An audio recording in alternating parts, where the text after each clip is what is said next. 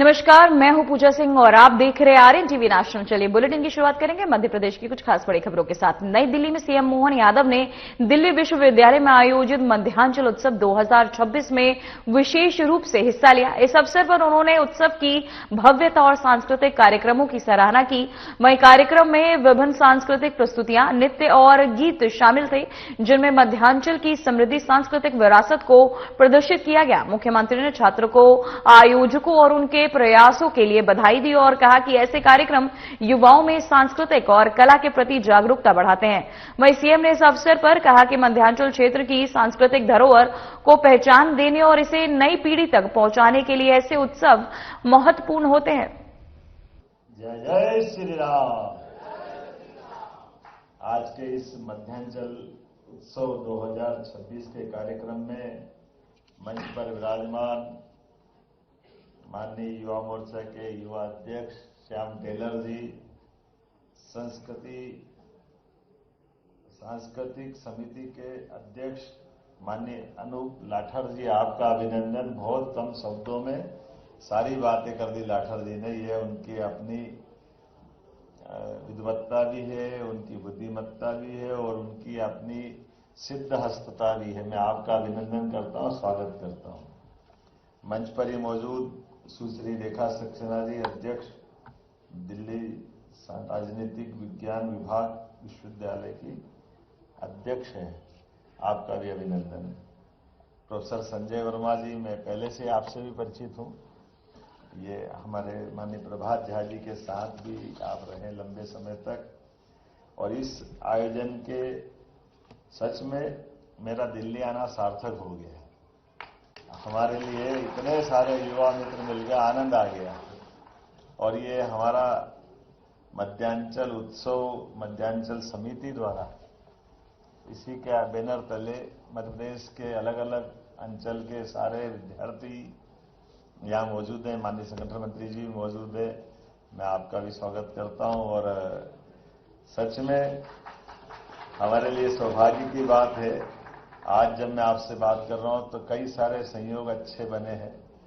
एक राजनीतिक पार्टी जो दुनिया की सबसे बड़ी राजनीतिक पार्टी है, उसके राष्ट्रीय अध्यक्ष बनकर के ये दुनिया का, खास करके इस संदर्भ में बोल रहा हूं, मैं दल के कारण नहीं बोल रहा हूं, दुनिया का सबसे युवा देश भारत और दुनिया के सबसे युवा देश में भी दुनिया का सबसे बड़ा गणतांत्रिक देश, लोकतांत्रिक देश भारत और दुनिया की सबसे बड़ी राजनीतिक पार्टी भारतीय जनता पार्टी का युवा अध्यक्ष आज अपने दायित्व का निर्वहन करने जा रहा है। जोरदार अभिनंदन माननीय मोदी जी के लिए। इस नाते से हम विश्व पटल पर वो 3-4 स्वनाम धन्य हस्तियां देखते हैं और उनके दिए गए वक्तव्य, उनके किए गए, उनके देश के संदर्भ में वैश्विक पटल पर जब वो अपने निर्णय लेके दिखाते हैं तो 2-3 देशों में से आप कभी कल्पना करो, एक के बाद एक देश, लेकिन लंबे समय तक दुनिया के सबसे युवा देश का लगातार निर्वाचित ढंग से नेतृत्व करने वाले वो एक ही व्यक्ति है, जिनका नाम है श्रीमान नरेंद्र मोदी। हमारे लिए सौभाग्य की बात। कोई देश ऐसा जहां निर्वाचन का नाम क्या होता पता नहीं, कोई निर्वाचन के नाम पर बीच में गोता खा के डब्बा गोल करके आ गए, दोबारा मौका मिला तो क्या कर रहे हैं, हमारे लिए बोलने की जरूरत नहीं। लेकिन आज जब मैं युवाओं के बीच बात कर रहा हूं और खासकर ये स्वामी विवेकानंद की उस घोषणा के संदर्भ में देखता हूं, जो लगभग 125 साल पहले इसी देश के अंदर स्वामी विवेकानंद ने उस गुलामी के दौर में जब उन्होंने घोषणा की थी कि आने वाला भविष्य 21 शताब्दी भारत का होगा। सच मानो आपको भी थोड़ा होश होगा, थोड़ा आप में से, हम में से कई लोगों को है। 2010, 11, 12 तक तो अंदाज लग रहा था कि क्या मालूम अपने महापुरुष की भविष्यवाणियां सत्य होती है, हो सकता कभी कभी नहीं भी हो। ऐसे जिस ढंग के लक्षण दिखाई दे रहे थे लाठेर साहब, लग तो नहीं रहा था कि ये ऐसा होगा, लेकिन अपनी आंखों के सामने देखते देखते 10-11 साल में कितना परिवर्तन आ गया। एकदम 360 का बदलाव आया। कहां भारत की कोई गिनती नहीं रखता था, अब भारत के बिना काम नहीं चलता, ये हमारी आंखों के सामने हो रहा है। कितना आनंद आ रहा है। कोई सा ऐसा मंच वैश्विक कौन सा है जहां दुनिया के बड़े बड़े नेता अगर इकट्ठा हो और मोदी जी अगर वहां हो तो उसके लिए क्या हो जाता और मोदी जी की अनुपस्थिति क्या असर डालती। कितना अच्छा लगता है। मोदी जी बोले तो भी मजा आए और मोदी जी नहीं बोले तो लोग परेशान हो जाते हैं। कितना अच्छा लगता है। लोग को लगता है क्यों नहीं बोल रहे, क्यों नहीं बोल रहे, अरे नहीं बोल रहे तो नहीं बोल रहे, हमारे मन नहीं बोलेंगे, तुम तो बोलते रहो, लेकिन बोलने वाला परेशान हो जाता है कि क्यों नहीं बोल रहे भाई, बताओ इनको, बुलवाओ। अब लेकिन ठीक है, अब गाजा के लिए भी पीस बोर्ड बन रहा है तो मोदी जी आना चाहिए। अमेरिका से आवाज आती है, अमेरिका के राष्ट्रपति की आवाज आती है, क्योंकि कोई निर्णय कर रहे हैं उस निर्णय को लागू कराने के लिए जो कलेजा चाहिए, हिम्मत चाहिए, देश की अंदर की नैतिक ताकत चाहिए। नैतिक ताकत आज किसी देश में है, हमें गर्व है, हमारे देश भारत में है और भारत के नेतृत्व में है। इसलिए आज पूरे दुनिया के अंदर जब मैं आज आपसे बात कर रहा हूं तो चूंकि ये बात सही है कि समय की सीमितता है, बहुत देर तक बात कर सकता था, लेकिन आपको ये निवेदन जरूर करना चाह रहा हूं कि आप यहां के अच्छे संस्थानों में पढ़ रहे हैं, जरूर पढ़िए, आगे बढ़िए। लेकिन आज आप तो सब, आजकल तो चैट जीपीटी से लेकर सब जमाना है जिसमें आप अपने मोबाइल के माध्यम से सब जानकारी जुटा लो। आज देश के अंदर सर्वाधिक कम बेरोजगारी वाला दर वाला कोई राज्य है तो हमें गर्व है, वो मध्य प्रदेश से सभी युवाओं को जो रोजगार दिलाने में सक्षम सिद्ध हो रहा है। इसलिए आप पढ़ो, आगे बढ़ो, लेकिन फिर घर आओ। घर पे आपकी अलग अलग प्रकार की मंजिलें इंतजार कर रही जो आपके मुकाम तक पहुंचाएगी, आपके सपनों को रंग भरने के लिए मौका देगी। सरकार आपके साथ खड़ी रहेगी और सरकार के माध्यम से आप प्रदेश आगे बढ़ाओ। माननीय मोदी जी के नेतृत्व में देश आगे बढ़ेगा। इस प्रकार से हम सबको इसी एंगल से चलने की जरूरत है। कितने प्रकार से अपने माननीय मोदी जी के माध्यम से प्रेरित कर रहे हैं। हर राज्य के अंदर अनुकूलता है। आज इसी कारण से सारे राज्य अलग अलग तरह से, चाहे उत्तर दक्षिण पूर्व पश्चिम, अब तो केरल में भी खाता खुल रहा है। अब तो एक के बाद एक इस जगह ऐसा लगता है कि कहां कहां कैसे कैसे यहां युवा ठगा गया। इसका उदाहरण सबसे बड़ा दिल्ली से बढ़ के कौन होगा। कहां झाड़ू लेके जाने वाले आदमी को मालूम पड़ा कि झाड़ू समेत जेल जाने को तैयार हो जाए लेकिन पद नहीं छोड़े। काय का पद के लिए लात मारने वाले उदाहरण, ये कैसा दिल्ली दिखाती तमाशा, ये दिल्ली के अंदर ही हो सकता है। लेकिन आज जब मैं आपसे बात कर रहा हूं तो मैं मध्य प्रदेश के संदर्भ में दो चार बात करके खत्म करूंगा। हमारे राज्य के अंदर हमने अपने राज्य में, जैसा कि कहा गया है, सभी प्रकार की अनुकूलताओं के लिए, खास करके युवाओं के लिए सर्वाधिक मौके सब क्षेत्रों में दे रहे हैं। युवाओं को आगे बढ़ने के लिए वो जो श्याम ने कहा सही है, हमारे युवा नौकरी के पाने वाले बने, उनका मन है तो जरूर बने, लेकिन नौकरी पाने के बजाय नौकरी देने वाले भी बने। सरकार वहां भी हमारे युवाओं के साथ खड़ी है कि हमारे युवा हर क्षेत्र में, जिस क्षेत्र में आगे बढ़ना चाहे वो सभी क्षेत्रों में बढ़े। इसलिए कृषि भी लाभ का धंधा बने, कृषि मजबूरी का काम न बने। सिंचाई का रकबा बढ़ा करके 5 साल में डबल करने का टारगेट हमने लिया। मेडिकल कॉलेज 2 साल में, कहां 55 साल में 5 मेडिकल कॉलेज खुले, कहां 2 साल में हमने 7 मेडिकल कॉलेज खोल दिए और 3 साल में 20 मेडिकल कॉलेज खोलेंगे। ये हमारे अपने काम करने की गति है। राज्य का बजट भी 2 साल के अंदर हमारा लगभग तेज गति से बढ़ते हुए 5 साल के अंदर राज्य का बजट डबल करने वाले हैं। मेडिकल कॉलेज के अंदर, मेडिकल कॉलेज अगर हम खोल रहे हैं तो केवल एक उदाहरण देना चाहूंगा। हमारे पीपीपी मॉडल पर लाठेर साहब मेडिकल कॉलेज अगर खोलना है तो हमने कहा 1 रुपए में मेडिकल कॉलेज पीपीपी मॉडल पर हम खुलवा रहे हैं कि हमारा हॉस्पिटल 300 बेड का सरकार के माध्यम से एजेंसी को देंगे, 25 एकड़ जमीन भी देंगे, वो अपना पीपीपी मॉडल पर केवल हॉस्टल और पढ़ाने की व्यवस्था बना ले। लैब हमारी हॉस्पिटल के रूप में जो उनके काम आएगी, वहां वो doctor, paramedical staff, nursing staff, ये सब हम निःशुल्क देने वाले। वो 10 साल तक, वापस 10 साल बाद जब उनका वो 1200 बेड का हॉस्पिटल चला लेंगे, बना लेंगे, तब हमारा हॉस्पिटल हम ले लेंगे, ये मेडिकल कॉलेज हमारा खड़ा होगा। लेकिन एक और बात भी कही कि नीट के माध्यम से जिन गवर्नमेंट मेडिकल कॉलेज में 3 लाख की फीस जमा होती, 4 लाख की जमा होती, और प्राइवेट मेडिकल कॉलेज में 70-80 से लगा के 1 करोड़ तक की जमा होती, तो हमने निर्णय लिया है कि हमारे राज्य के बच्चे अगर मेडिकल कॉलेज में प्राइवेट स्तर में नीट में गवर्नमेंट के बाद नंबर लाते हैं, गवर्नमेंट कॉलेज में सीट नहीं मिलती, तो हमने कहा सारे बच्चों की फीस सरकार भर देगी और उनके लिए ये लोन दे देंगे। 70-80 लाख 1 करोड़ 5 साल में लगता है, तो ये हमारी तरफ से लोन दे देंगे और बाद में जब डॉक्टर बने के निकलेंगे तो 4-5 साल हमारी सरकारी नौकरी कर लेंगे, हमारा पैसा हमारे पास, वो डॉक्टर बन के अपने घर के पास। ये सीधा साधा फार्मूला है, क्योंकि हमारे घर में हमारे पास डॉक्टरों की संख्या बढ़ना चाहिए कि नहीं बढ़ना चाहिए।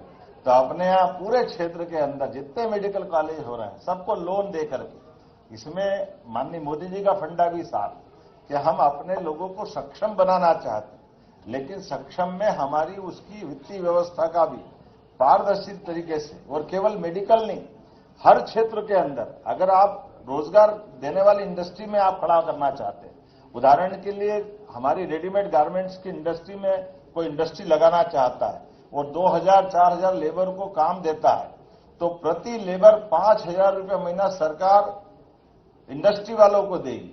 इसमें इंडस्ट्री भी उनकी, इंडस्ट्री की कमाई भी उनकी, उससे निर्यात करना, अपने प्रदेश में खपाना, देश में खपाना, ये भी काम उनका। लेकिन चूंकि वो रोजगार दे रहे हैं, तो रोजगार देने के बलबूते पर बीजीएफ पर पर्सन हमारी तरफ से सरकार के माध्यम से इंडस्ट्रियलिस्ट को देंगे, वो युवा उद्योगपति को देंगे, ताकि वो अपने रोजगार के माध्यम से लोगों की जिंदगी बेहतर कर सके। इसलिए एक सेक्टर नहीं, अगर होटल खोलना चाहता है, होटल में भी बहुत रोजगार होता है, 50 करोड़ की होटल डाले 15 करोड़ माफ, 100 करोड़ की होटल डाले 30 करोड़ माफ, हॉस्पिटल डाले, हॉस्पिटल में 100 करोड़ का डाले तो 30 करोड़ माफ।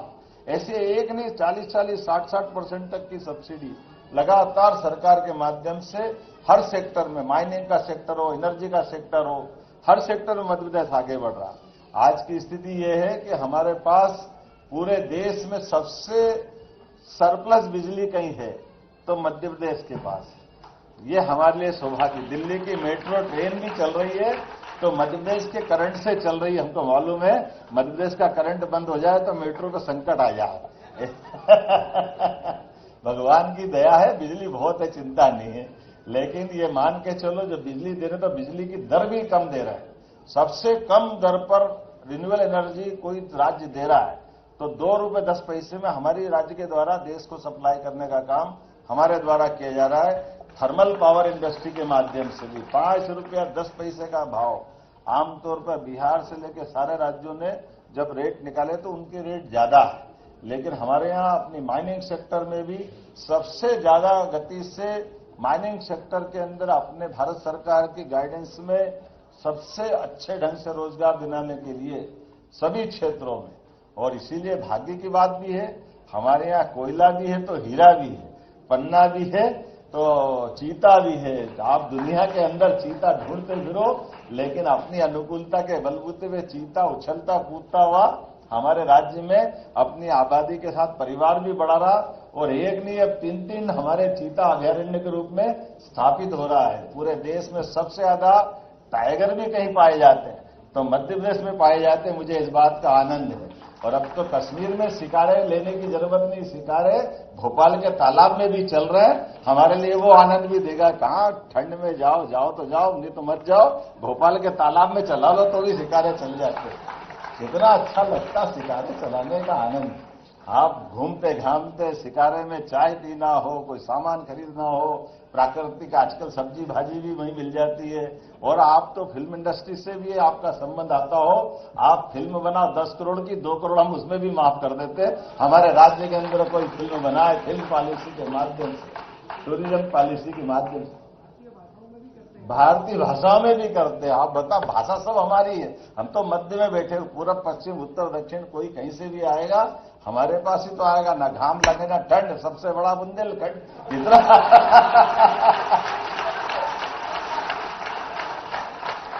इतना आनंद आता है। कहां कहां से जाते हैं, क्या करते हैं बताओ आप। आज के इस अवसर पर मैं बहुत देर तक बोल सकता हूं, लेकिन आपको सबको देख के आनंद आ गया, लगा दिल्ली सफल हो गई, मजा आ गया अपना आज की यात्रा, आपका बैनर देख करके। तो मैं आज के इस अवसर पर ये जो आयोजन कर रही समिति, उससे मैंने पूछा कि आपका प्रबंधन क्या है, कैसे क्या करा। तो हमने कहा हमने मिलजुल के व्यवस्था कर ली। तो हमने कहा क्या व्यवस्था कर ली, तुमने जो आंकड़ा बताया उससे हमने कहा चलो ये तो हो गया, अगला मेरी तरफ से ले लो आप 2 लाख रुपए अगले कार्यक्रम के लिए भी आपको देने की घोषणा करता हूं। आप लगातार बैनर बनाए रखें और इसके अवसर पर युवाओं को पढ़ने लिए आइए भैया। जोरदार हमारे यहाँ के दिल्ली विश्वविद्यालय के अभी है कि पहले थे, दिल्ली विश्वविद्यालय के पूर्व अध्यक्ष, आप जोरदार ताली बजाएं हमारे भाई के लिए। वाह, हमारे अच्छे नेता है, आज अपने बीच में उपस्थित है, आपका स्वागत अभिनंदन। तो ये हमारा बैनर काम करता रहे और इसके लिए जो बन पड़े जैसा चाहिए सरकार आपके साथ है। आज का खर्चा तो मेरी तरफ से ले लेता हूं और अगला भी आप मांगो वो भी देने की घोषणा कर देता हूं, कोई तकलीफ नहीं। तो मेरी अपनी ओर से पुनः आप सबका वंदन अभिनंदन, बहुत बहुत धन्यवाद। भारत माता की। आप हो गए। तो वहीं सुलवानी में आयोजित सांसद खेल महोत्सव 2025 में भारी संख्या में खिलाड़ी और खेल प्रेमी शामिल हुए। कार्यक्रम में सांसद ने मंच से उपस्थित युवाओं और दर्शकों को संबोधित किया और खेलों के महत्व के साथ साथ युवा प्रतिभाओं को आगे बढ़ाने और उन्हें प्रोत्साहित करने पर भी जोर दिया। सांसद ने कहा कि खेल न केवल शारीरिक स्वास्थ्य के लिए आवश्यक है, बल्कि ये अनुशासन, टीम वर्क और राष्ट्रीय भावना को भी मजबूत करते हैं। वहीं महोत्सव में विभिन्न खेल प्रतिभाओं का आयोजन किया गया, जिनमें स्थानीय युवा उत्साहपूर्वक भाग लेकर अपनी प्रतिभा दिखाई। और विधानसभा स्तर पर कबड्डी और क्रिकेट बेटा और बेटी दोनों की जो पुरस्कार है, पहला पुरस्कार है 1,51,000 रुपए का विधानसभा में, दूसरा 1 लाख रुपए का और तीसरा 50,000 रुपए का। बेटियों के लिए भी, बेटों के लिए भी, कबड्डी के लिए भी और क्रिकेट के लिए भी मामा है कि सुनना चाहिए।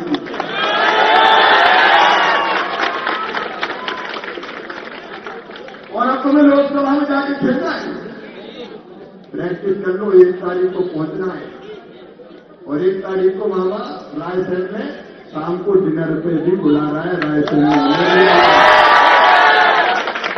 पूरे लोकसभा क्षेत्र के हमारे खिलाड़ी आएंगे, उनके साथ मामा रामपाल जी हम लोग खाना खाएंगे, डिनर होगा। और 2 तारीख को लोकसभा क्षेत्र की प्रतियोगिताओं का फाइनल होगा, 1 को सेमीफाइनल और 2 को फाइनल।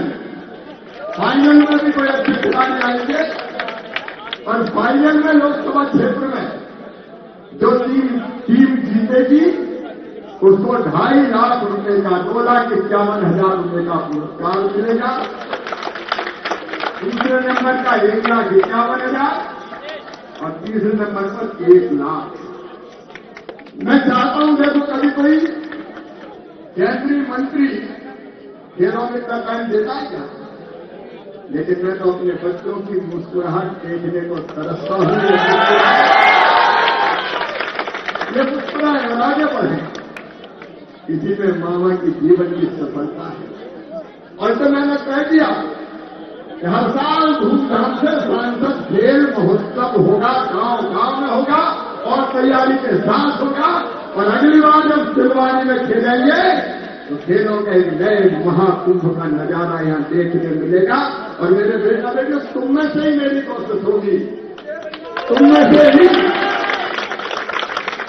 ही मेरे बेटा बेटियों प्रदेश स्तर पे, राष्ट्र स्तर पर खिलाड़ी जाओ और मैं देखूंगा कि कई बार तुमने से कोई ओलंपिक में भी झंडा उठाया। और यह संभव नहीं। हॉकी के जादूगर मेजर ध्यानचंद खेलने के ढंग का मैदान, पिताजी सेना में कई जगह जाना पड़ता था, खुद भी सेना में आए, दिन में खेलने को ही मिलता था तो रात में खेलते थे चांद की रोशनी में। लोगों ने कहा कि तुम रात में क्यों खोजते हो, बोले दिन में टाइम नहीं तो चांद की रोशनी में रात में खेलता हूं। और बहुत ध्यान से खेलते थे, इसलिए उनका नाम हो गया ध्यानचंद, जो चांद की रोशनी में खेलता था। और ऐसा खेले वो कि 3 बार भारत को हॉकी का गोल्ड कप जिताने का चमत्कार किया, साधारण परिवार से आते। और हिटलर ने जब उनका खेल देखा, हिटलर ने तो कहा कि मैं तुम्हें अपना फील्ड मार्शल बनाऊंगा, जर्मनी की तरफ से खेलो। तो ध्यानचंद जी ने कहा कि नहीं, मुझे तो केवल भारत प्यारा है, मैं केवल भारत की तरफ से खेलूंगा। पीटी ऊषा जैसे मेरी बेटी हो, मेरी गांव गरीब घर से बेटी आती थी, मैं बेटियों से कह रहा हूं, गरीब घर से आती थी। जब तक वो बॉक्सिंग खेलना शुरू की तो पहले तो गांव वालों ने कहा कि लड़की होकर खेल रही है, घर वालों को मना किया, खेल मत खेलने दो। लेकिन मेरी गांव ने कहा खेल मेरी जिंदगी बन गया है, और बॉक्सिंग में जब खेलते हैं तो खाने पीने की डाइट की जरूरत पड़ती है। पिता गरीब पेट में खिलाने का नहीं था। पिता ने कहा बेटी मैं कहां से खिलाऊं, तो आंखों में आंसू भर के मेरी गांव ने कहा था अगर दूसरे खिलाड़ी 50 रुपए की डाइट खाते तो पिताजी मैं 25 रुपए की खाऊंगी, केवल इतनी व्यवस्था मेरी कर दो, तब पिता ने कह दिया चाहे कुछ हो जाए। दिन रात मेहनत करते और अपनी बेटी के लिए डाइट का इंतजाम करते, और वही मेरी गांव में बॉक्सिंग में 6 वर्ल्ड चैंपियन, 6 बार वर्ल्ड का चैंपियन बनी। तुमने से भी बनेगी बेटी, और बेटो तुमने से भी निकलेंगे। क्रिकेट, कबड्डी और खो खो अलग अलग रास्ता कसी के लिए खेलने वाले सभी खिलाड़ियों को बहुत बधाई। और आज से ही मामा का निमंत्रण रायसेन में आना है। खेलों का महाकुंभ रायसेन में होगा 1 तारीख को और 2 तारीख को। राशि वही हम देंगे ताकि पूरे संसदीय क्षेत्र के लोगों के सामने आपको पुरस्कार सम्मान दी जा सके। मेडल का वितरण हम अभी करेंगे। एक बार फिर मैं पूछना चाहता हूं खिलाड़ी भाई प्रदेश के बेटियों से और भाई बहनों से, बोलो हर साल होना चाहिए? तुम्हें खूब आनंद आया खेलने में? तो तुम्हारा आनंद मेरी जिंदगी है। हर साल धूमधाम से खेल होंगे। जब जीते उनको भी बधाई, दूसरे नंबर पर उनको भी बधाई, और जो नहीं जीत पाए उनको भी बधाई, क्योंकि आज अगर हारे हैं तो कल जीत के दिखाएंगे। बहुत बहुत बधाई, शुभकामनाएं। अब ये पदक वितरण का कार्यक्रम शुरू होगा तो डीएसओ अपने हाथ में, अच्छा उसके पहले अच्छा सांस्कृतिक कार्यक्रम बहुत तैयारी हमारे बच्चों ने की है। तो ये सांस्कृतिक कार्यक्रम तब तक चलेगा, ट्रॉफी वगैरह और मेडल उसकी व्यवस्था ढंग से कर लें ताकि हम अपने बच्चों को पुरस्कृत करें। बहुत बहुत धन्यवाद। बोलो भारत माता की, खिलाड़ी बेटा बेटियों की, और सिलवानी और आसपास की जनता की बहुत बहुत धन्यवाद। तो वहीं मध्य प्रदेश के मुख्यमंत्री ने आज दिल्ली में विश्वविद्यालय में आयोजित मध्यांचल उत्सव में छात्र छात्राओं के साथ संवाद किया। सीएम ने युवाओं को प्रेरित करते हुए कहा कि उन्हें केवल नौकरी पालने वाला नहीं बल्कि नौकरी देने वाला बनने का प्रयास करना चाहिए। उन्होंने साथ ही ये भी कहा कि राज्य सरकार युवाओं के सपनों को साकार करने के लिए हर कदम पर उनके साथ खड़ी है। सीएम ने यह भी जानकारी दी कि मध्य प्रदेश अब देश में सबसे कम बेरोजगारी दर वाला राज्य बन गया है, जो युवाओं के लिए बेहतर अवसर और विकास का संकेत है।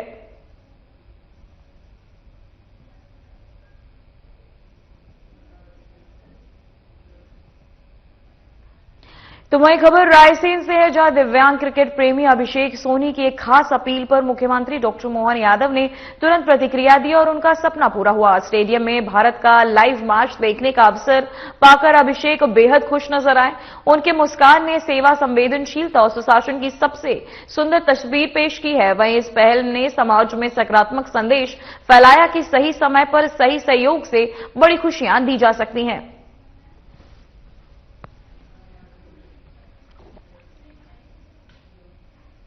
तो वहीं मौसम विभाग ठंड को लेकर अलर्ट जारी किया है। आईएमडी ने 9 जिलों राजगढ़, राजापुर, शाजापुर, आगरा, मंदसौर और अनूपपुर, शहडोल, उमरिया, कटनी और मेहरन में शीतलहर का तेज अलर्ट जारी किया है। इन जिलों में न्यूनतम तापमान सामान्य से कई डिग्री नीचे दर्ज किया जा रहा है। वहीं खासकर सुबह और रात के समय ठंड काफी बढ़ गई है, जिसमें आम जनता के दैनिक जीवन पर असर पड़ रहा है। अधिकारियों ने लोगों से ठंड से बचाव के लिए सतर्क रहने और आवश्यक सावधानियां बरतने की अपील की है।